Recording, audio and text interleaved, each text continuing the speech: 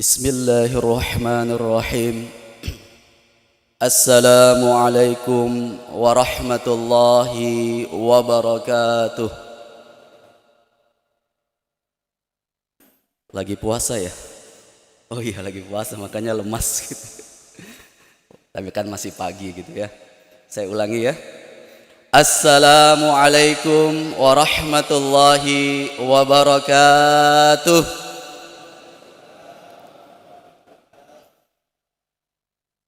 Alhamdulillah,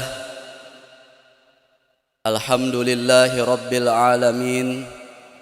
Assalatu wassalamu ala asrafil anbiya'i wal mursalin, sayyidina wa maulana Muhammadin wa ala alihi wa sahbihi ajma'in. Amma ba'd. Hadirin sidang jamaah salat subuh yang sama-sama dirahmati dan dimuliakan oleh Allah Subhanahu wa taala. Pertama-tama dan yang paling utama, senantiasa kita memanjatkan rasa puja dan puji syukur kita kehadirat Allah Subhanahu wa taala, karena hanya atas izin Allah Subhanahu wa taala sehingga kita masih diberikan kekuatan, kesehatan dan kesempatan sehingga kita dapat hadir di tempat yang penuh dengan mubarakah ini. Tak lupa salawat dan salam kita sanjungkan kepada junjungan kita baginda Rasulullah Muhammad sallallahu alaihi wasallam, kepada keluarganya, para sahabatnya dan para pengikutnya, dan insya Allah termasuk kita semua yang hadir pada saat ini. Mudah-mudahan di yaumil mahsyar nanti kita semuanya akan mendapatkan syafaat dari Rasulullah Muhammad sallallahu alaihi wasallam. Amin amin ya rabbal alamin. Hadirin sidang jamaah salat subuh yang dirahmati dan dimuliakan oleh Allah Subhanahu wa taala. Pada subuh kali ini mungkin kita berbicara tentang yang ringan-ringan saja ya, apalagi dalam kondisi habis sholat subuh, ditambah lagi tadi kita bangun untuk makan sahur, dan mungkin malam ada yang nonton bulu tangkis. Itu lengkap sudah, jadi masih ngantuk-ngantuk gitu ya, masih ngantuk-ngantuk. Jadi kita sebentar saja ya, mudah-mudahan bisa kita ambil hikmahnya. Hadirin sidang jamaah salat subuh yang sama-sama dirahmati dan dimuliakan oleh Allah Subhanahu wa taala. Suatu ketika seorang santri dia bertanya sama kiainya, "Wahai kiai, apa hukumnya mendoakan orang mati? Apa hukumnya mendoakan orang meninggal?" Spontan kiainya menjawab, "Haram." Haram katanya. Kata kiainya, haram. Mendoakan orang meninggal, mendoakan orang mati, hukumnya haram. Santrinya kaget. Wah, kok mendoakan orang mati hukumnya haram? Terus dia kembali bertanya sama kiainya, "Kenapa bisa kiai mendoakan orang mati hukumnya haram?" Terus kiainya katakan, "Iya, hukumnya haram. Kalau doakan orang itu yang baik-baik. Doakan supaya sehat, doakan supaya berkah umurnya, doakan supaya panjang umur. Tidak boleh doakan orang mati." Ya, paham ya? Jadi tidak, artinya kita mendoakan orang itu yang baik-baik, tidak boleh mendoakan orang mati, apalagi doakan supaya musuh kita cepat mati gitu. Itu tidak boleh ya. Tapi kalau mendoakan orang yang sudah meninggal, dalam artian mendoakan supaya dia ditempatkan tempat yang mulia, itu adalah kewajiban kita sebagai sesama muslim. Nah, ini pengantar saja. Untuk kesempatan kali ini kita coba belajar tentang beberapa hal yang masih berkaitan dengan doa, beberapa hal yang membuat doa kita itu kadang lambat dikabulkan oleh Allah Subhanahu wa taala. Doa kita kadang tidak segera dikabulkan oleh Allah Subhanahu wa taala. Padahal kata Allah Subhanahu wa taala, "Ud'uni astajib lakum." Berdoalah kamu, maka akan aku kabulkan doamu. Tetapi ada beberapa hal yang kadang kita lupa, ya, sehingga membuat doa-doa yang kita panjatkan itu seakan-akan tidak dikabulkan oleh Allah Subhanahu wa taala, atau lama sekali baru dikabulkan oleh Allah Subhanahu wa taala. Apa itu? Yang pertama adalah yang membuat doa kita lambat dikabulkan oleh Allah adalah kita pada saat berdoa kita lupa untuk beristighfar kepada Allah Subhanahu wa taala. Memohon ampun kepada Allah Subhanahu wa taala. Karena dosa-dosa yang kita miliki, ya, dosa-dosa yang kita buat itulah sebagai penghalang doa-doa kita segera dikabulkan oleh Allah Subhanahu wa taala. Jadi alangkah baiknya sebelum kita memanjatkan doa-doa kita, keinginan-keinginan kita kepada Allah Subhanahu wa taala, jangan sampai kita lupa membaca istighfar, ya. Mohon ampun pada Allah. Kalau kita tidak mengucapkan istighfar dengan bahasa Indonesia kita mohon ampun kepada Allah Subhanahu wa taala atas segala dosa-dosa kita.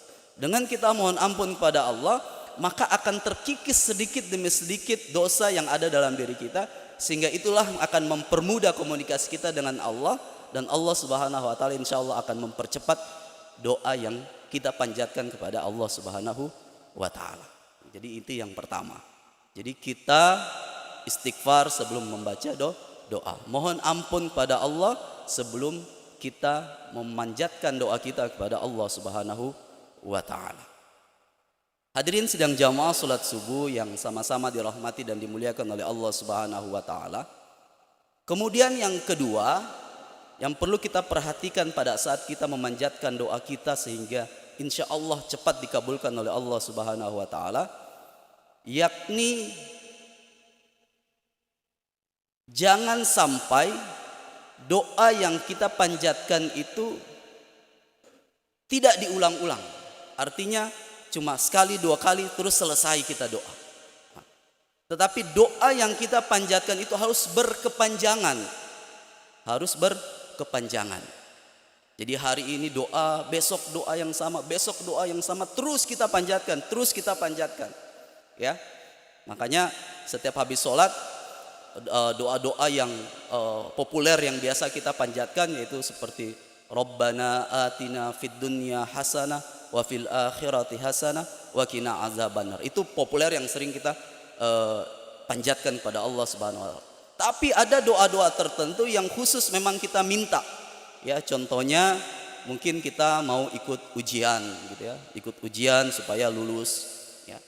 Jangan satu kali kita minta kemudian kita stop, tidak boleh, tapi kita harus diperpanjang doa kita. Diperpanjang maksudnya adalah diulang-ulang terus, ya.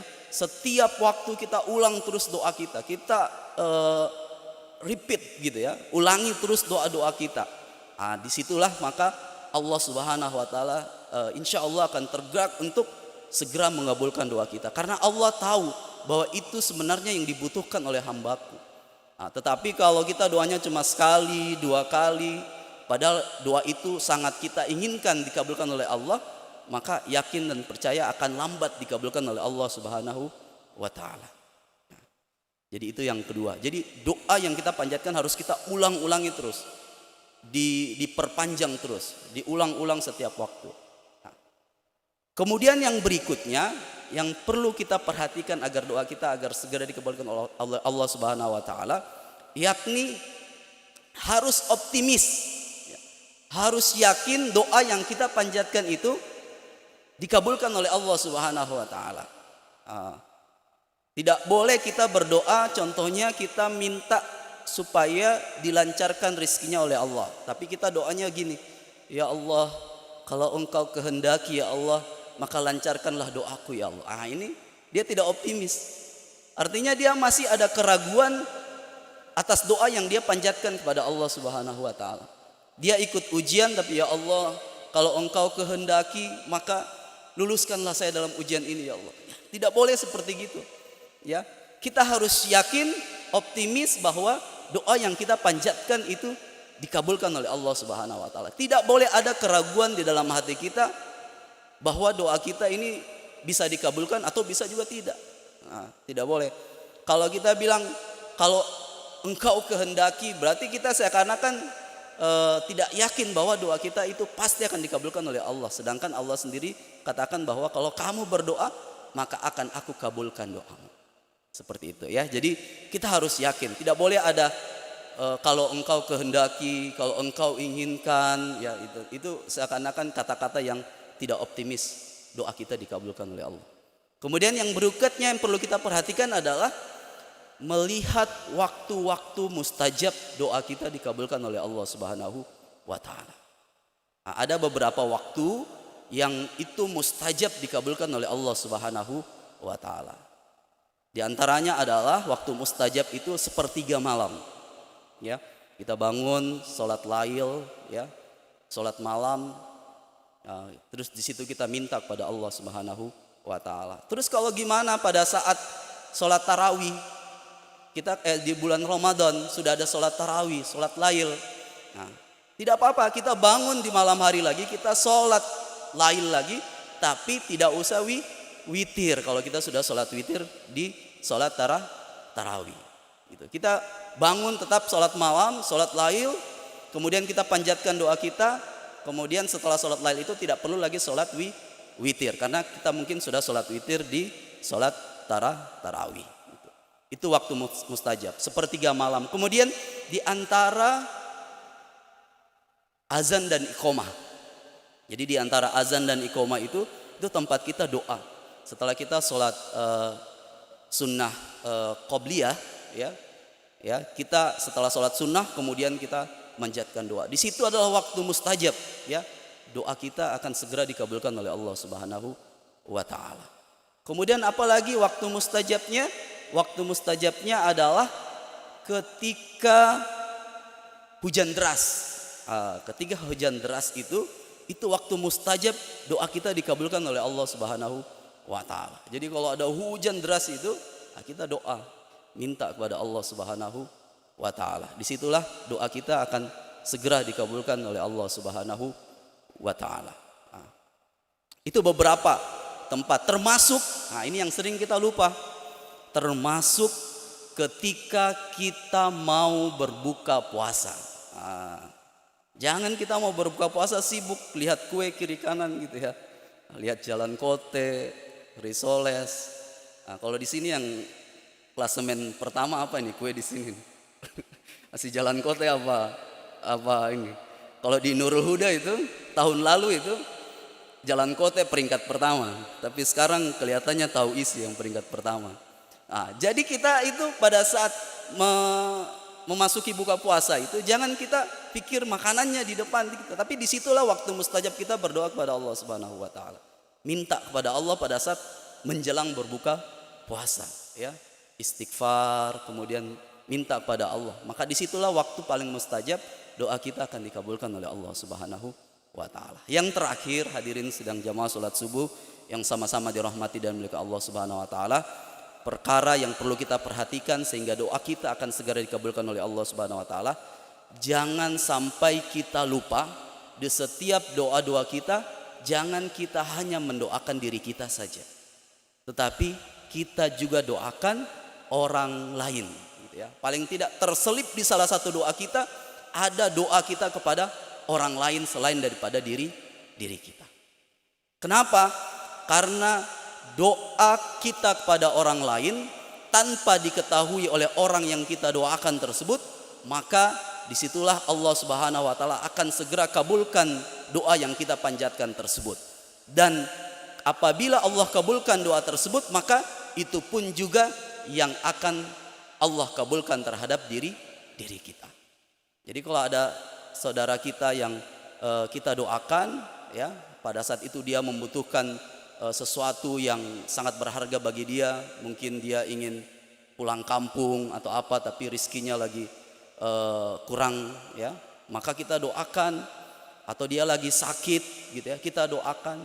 Tapi tidak boleh ditahu oleh orang lain, ya, tidak boleh ditahu oleh orang lain, ya. Kita doakan tanpa diketahui oleh orang lain dan juga diketahui oleh orang yang kita doakan tersebut. Maka disitulah doa kita akan segera dikabulkan oleh Allah, termasuk dia akan kembali kepada diri kita sendiri. Jadi itu jangan lupa, kita doa kepada diri kita, tapi kita selipkan juga doa kita kepada orang-orang yang ada di sekitar kita. Mudah-mudahan beberapa langkah-langkah ini, beberapa perkara ini dalam kita memanjatkan doa kita kepada Allah Subhanahu wa taala, insyaallah doa kita yang kita panjatkan akan segera dikabulkan oleh Allah Subhanahu wa taala. Mungkin ini yang dapat kami sampaikan, mudah-mudahan bermanfaat bagi diri kami pribadi dan juga kepada para jamaah sekalian. Ini juga sekaligus juga mohon maaf membayar hutang saya beberapa hari lalu tidak datang mengisi di sini pada hari Kamis malam kalau nggak salah, malam Jumat itu ya jadwal saya, tapi saya tidak mengisi karena tabrakan dengan jadwal di tempat lain gitu ya. Jadi mohon maaf, jadi alhamdulillah pada kesempatan subuh kali ini bisa meluangkan waktu untuk berbagi ilmu, berbagi pengetahuan, dan terpenting itu untuk diri kami sendiri ya. Mudah-mudahan bermanfaat untuk kita semuanya. Kurang lebihnya mohon dimaafkan. Subhanakallahumma wa bihamdika asyhadu an la ilaha illa anta astaghfiruka wa atubu ilaik. Wassalamualaikum warahmatullahi wabarakatuh.